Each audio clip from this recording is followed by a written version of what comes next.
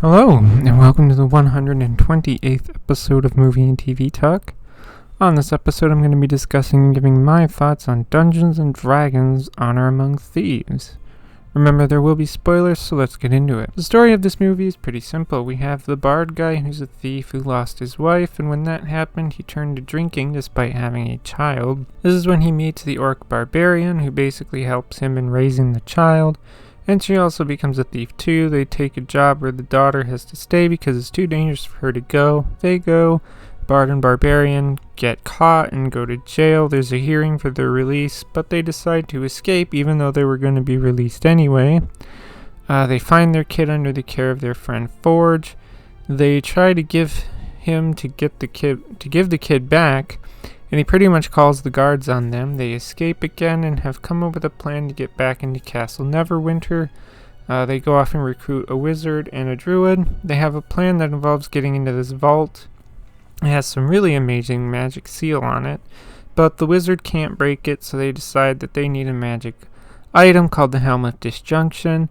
They go to a graveyard and you speak with dead until they learn where the helm is. Eventually they get the help of a paladin, and they travel to the Underdark. They fight some assassins and a pudgy red dragon, and they get out with the helm.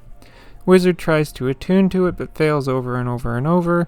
They concoct a plan to get in with the aid of a staff that lets them place portals. They get into the castle, and finally the wizard attunes the helm and opens the vault, but it's a trick because there's no goodies. The crew gets caught and taken to Forge, where they ask to be allowed to fight in the arena, because they're going to die anyway.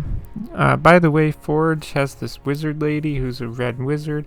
She has a secret evil plan to unleash the ultimate evil spell on the arena that will turn everybody into her undead army.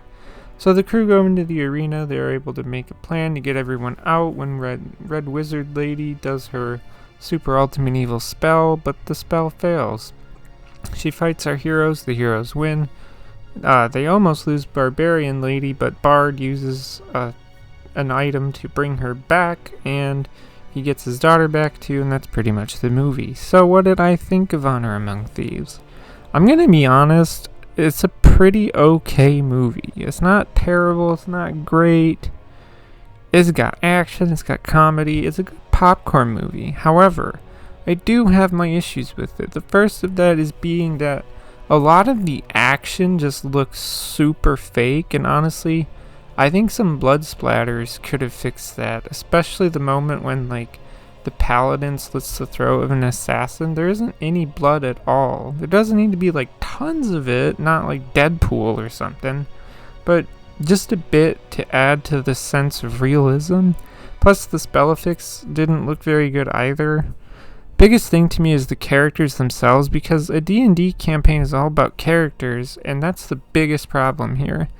The bard is the one with the most backstory, if you will, yet that backstory is flawed because they don't make the audience care about his wife, who he wants to bring back with the magic stone. Sure, we see some flashbacks of her, but not enough to make me care about her being brought back to life, and even his own daughter is kind of just I like the Barbarian Lady more than the Bard's actual wife, and Barbarian Lady is extremely limiting because the only thing we know about her is that she was banished from her tribe for loving an outsider, and that she helped the Bard guy raise his daughter. What about Wizard guy? Yeah, so he's so wizard that has confidence issues, and that's it. That's his whole character. Druid girl's whole thing is that she hates human because she was born into two humans that didn't want a tiefling as a daughter, and that's her whole character. The paladin didn't have much backstory, minus all but the bard having heard of his great deeds he's done and showing how he's just such a kind and caring person who's way too good at combat. Honestly, most of the characters here are one-dimensional, and it feels like a player with unfinished character sheets. What are their goals, motivations, flaws, bonds, ideals, personality traits, all the stuff that gives a D&D character their character? These characters for this movie have nothing going for them. The bard guy isn't even that good at being a bard. The wizard just magically attunes to the helm at the right moment because plot. Barbarian Lady is strong, that's about it. It's really sad for a D&D movie to have such one-dimensional characters that I, the audience, don't really care about. Plus, this movie is just full of convenience, and it's a lot to do with that portal staff. That was a huge get-out-of-shit-free item. Plus, like I said, the wizard kind of just attunes to the helm just in time. I don't think that the party would have been able to beat Red Wizard Lady, and they were only able to beat her because the plot needed them to. All of the guards were conveniently really bad at literally everything in the movie and could be easily thwarted, which I don't think that would be realistic to a D&D campaign, honestly.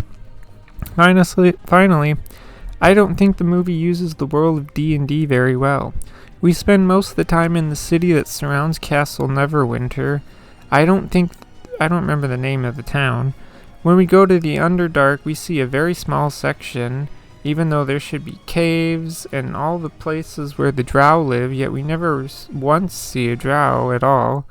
They mention places like Waterdeep and Baldur's Gate, yet we never get to go there. Like, it's just really disappointing. Overall, it's a decent popcorn movie with some okay action and decent jokes, but this movie could have been so much more and so much better too.